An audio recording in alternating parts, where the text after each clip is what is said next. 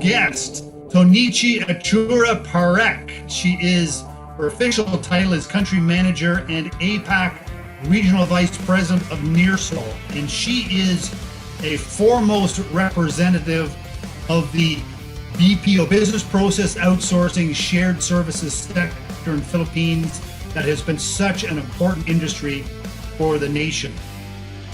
And as a developer of talent and careers, Tonichi is a poster girl for that. She started as an agent, she worked hard, she did the right things, and she moved up in her career where today she is clearly among the top leaders of this industry, employing $1.5 million, $1.2 million, $3 million, something like that, people in just the Philippines, growing quickly. She's worked with premier companies and now manages the APAC region for a very credible, prominent organization now. So also on the board of the Contact Center Association of the Philippines, premier CCAP, which is the premier association for the industry.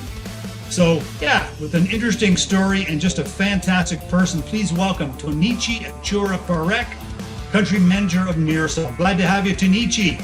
Glad to be here, Richard. Thank you so much for having me. It's truly an honor. A few years back, I was reading about Kamala Harris, and I read this quote where she said, "Dream with ambition and lead with conviction." And that struck me. As a woman, I looked at that and I got chills when I read that. I was actually enjoying my 12-month sabbatical from my corporate life when I found myself internally debating whether or not I should pursue my Contact Center Association of the Philippines board membership. And CCAP, obviously, as you mentioned, is the industry association of the contact centers in the Philippines. I'm on my third term. During my second term in 2017 to 2019, I found myself being the only woman sitting on the board responsible for more than 1 million workers.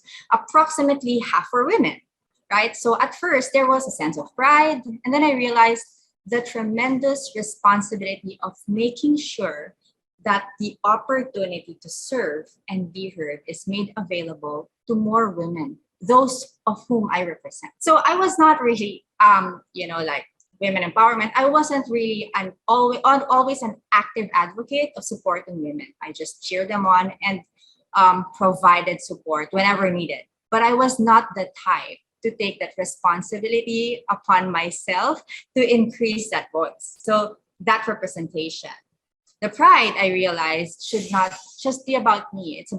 It shouldn't be about me breaking the glass ceiling, but breaking that glass ceiling big enough for more women. 2020 became a turning point for me. I experienced firsthand being singled out as a woman by a company that claimed to promote women. So I decided to be active in advocating more women in positions of influence. I reached out to more women within the industry to encourage them to run for a seat, and then actively campaign for more diverse groups of nominees. So today, thankfully, 3 out of 9 board members are women.